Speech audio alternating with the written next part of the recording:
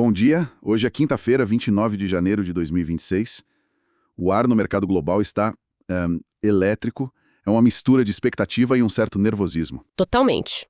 O Federal Reserve falou ontem, né? Exato. Manteve os juros parados, mas a mensagem que ficou não foi de alívio. Foi de uma, como eles chamaram, vigilância ativa. Parece que o jogo mudou. E como mudou.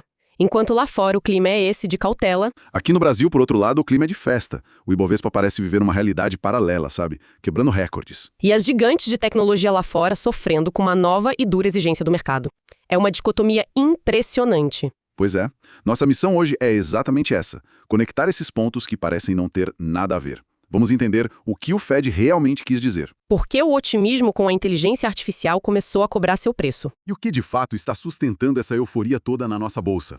E o mais importante, quais são os gatilhos, os horários decisivos que podem virar o jogo no pregão de hoje? Ok? Vamos mergulhar nisso. Vamos lá.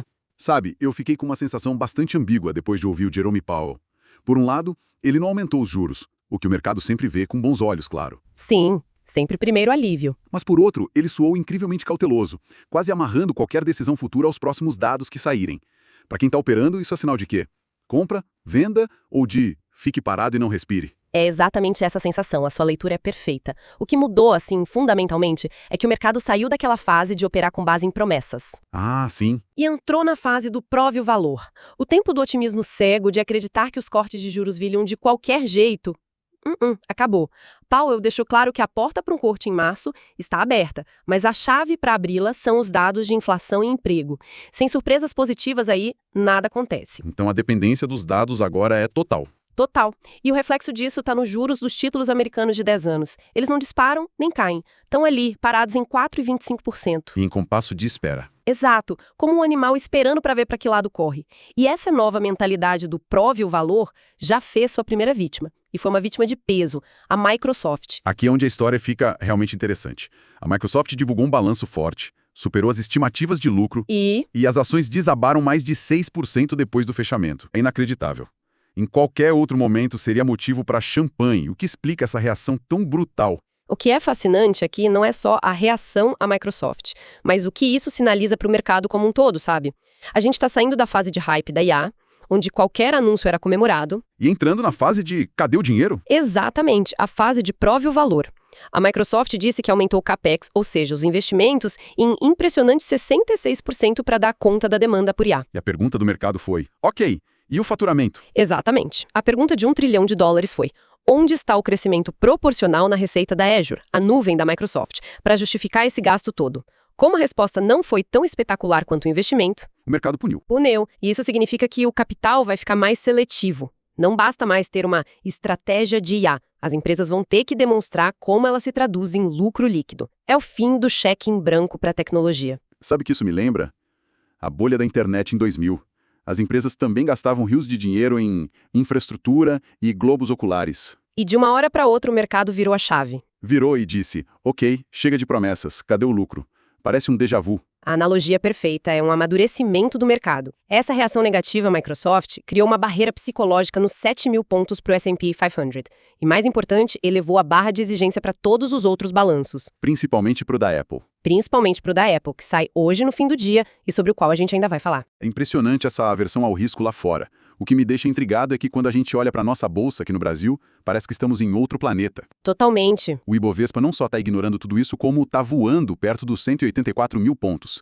O que explica essa festa brasileira no meio do ceticismo global? A explicação tem nome e sobrenome. Fluxo de capital estrangeiro. O Brasil se tornou, neste início de ano, um verdadeiro imã para o dinheiro gringo. Só em janeiro tivemos um ingresso recorde de 20 bilhões de reais. 20 bilhões é um volume absurdo. É muito dinheiro entrando, e essa força compradora está passando por cima de qualquer preocupação. E o que está atraindo tanto esse dinheiro? São dois motores principais funcionando ao mesmo tempo. O primeiro, e o mais poderoso, é o nosso diferencial de juros. Com a nossa Selic em 15%, o Brasil se torna o paraíso do que o mercado chama de carry trade. É o famoso carry trade, certo? Basicamente, o investidor pega dinheiro barato, a juros quase zero, no Japão ou na Europa, e aplica aqui para embolsar nossa Selic altíssima. Exatamente. A lógica é simples e brutalmente eficaz. É uma das operações mais rentáveis e com relativa segurança do planeta no momento. Isso atrai um volume gigantesco de dólares. Mas não é só isso, imagina. Não. não é só isso. O segundo fator, que talvez seja ainda mais poderoso no longo prazo, é o enfraquecimento global do próprio dólar. Como assim? Existe um índice, o DXY, que funciona como um termômetro da força do dólar contra as outras moedas fortes do mundo, né? Sim. E esse índice está agora testando um suporte técnico importantíssimo, uma linha de defesa que já dura 17 anos na região dos 96 pontos. Se ele perder esse patamar, se romper para baixo, a queda do dólar pode acelerar muito. O que valorizaria ainda mais moedas como o nosso real. Exatamente. Eu entendo a tese do fluxo estrangeiro, mas me parece uma base um pouco frágil. A gente está dizendo que a alta da nossa bolsa depende inteiramente do humor do investidor gringo e ignora o nosso risco fiscal que continua na mesa. É uma ótima pergunta. A necessidade do governo de buscar receitas para fechar as contas não desapareceu, afinal. Essa é a pergunta crucial, e a resposta por enquanto é sim. Nesse momento, o tsunami de capital estrangeiro é uma força da natureza muito maior do que a preocupação local com o fiscal. A maré está tão alta que está cobrindo todas as pedras do caminho. Mas é uma base frágil, então. É frágil. Você tem toda a razão. A sustentabilidade desse movimento depende 100% da continuidade desse fluxo. O que nos leva de volta à política de juros do Fed. É um equilíbrio delicado. Falando nesses fluxos globais, quando a gente olha para o mercado de commodities, a imagem é de uma divisão total. É um cabo de guerra, né? É a fotografia perfeita do sentimento do mercado. De um lado, você tem um investidor com medo, correndo para o ouro e para a prata como portos seguros. E do outro, a realidade fria da demanda por minério de ferro. Exato. De um lado, temos o ouro rompendo a marca de $5.500 a onça e a prata disparando mais de 50% só neste mês. Esse movimento é puro hedge, é proteção. É medo. É medo, alimentado pelas tensões geopolíticas no Oriente Médio, que nunca saem do radar, e principalmente pela busca de uma alternativa à fragilidade do dólar que a gente acabou de mencionar. O investidor olha para o dólar perdendo força e pensa, onde eu coloco meu dinheiro para me proteger? E a resposta tem sido? Os metais preciosos. E essa conversa de super ciclo para prata, é algo para se levar a sério ou é só o entusiasmo do momento?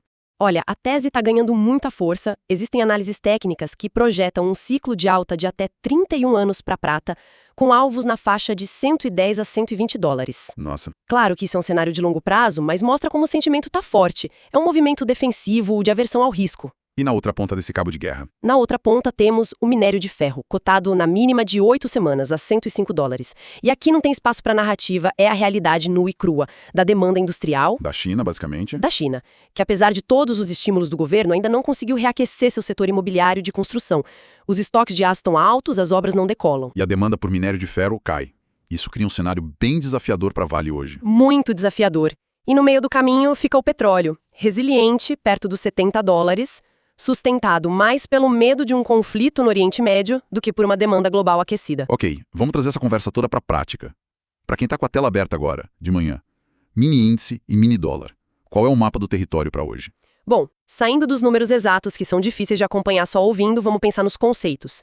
Para o mini índice, o IING 26, a história que o gráfico conta é de um otimismo claro e consistente. A tendência de alta é forte. Muito forte.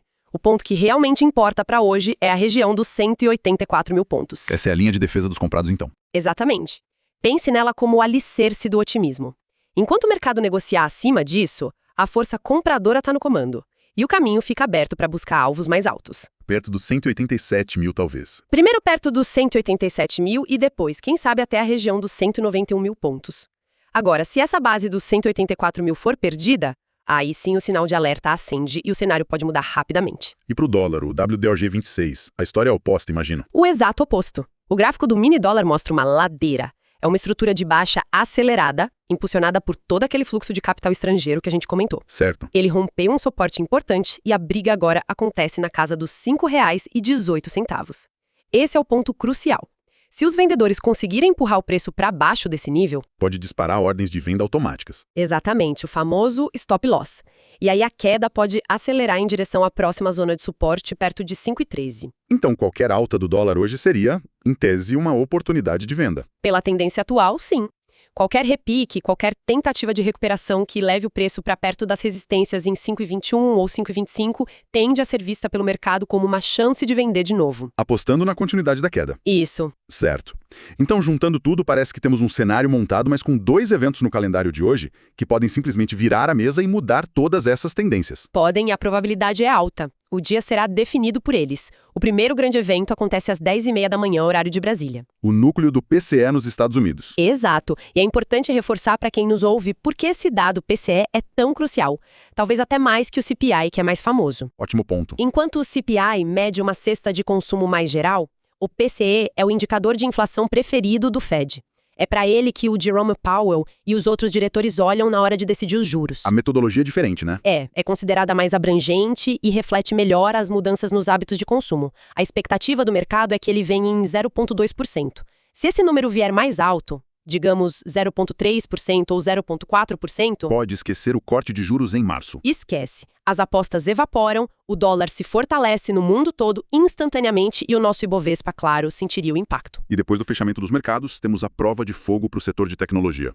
A cereja do bolo, o balanço da Apple. Isso. E o resultado da Apple hoje transcende a própria empresa. Não é mais sobre vender iPhone, sabe? É um termômetro da saúde do consumidor global. Exato. As pessoas estão com dinheiro e confiança para comprar produtos caros. O balanço vai nos dizer. É também sobre a força da divisão de serviços da Apple, que virou a grande locomotiva de lucros deles. E, claro, a pergunta de $1 trilhão sobre inteligência artificial, que acabou de punir a Microsoft. Exatamente. A Apple até agora falou muito pouco sobre sua estratégia de IA. O mercado está impaciente. Eles querem uma resposta concreta. O que a Apple vai fazer para não ficar para trás nessa corrida?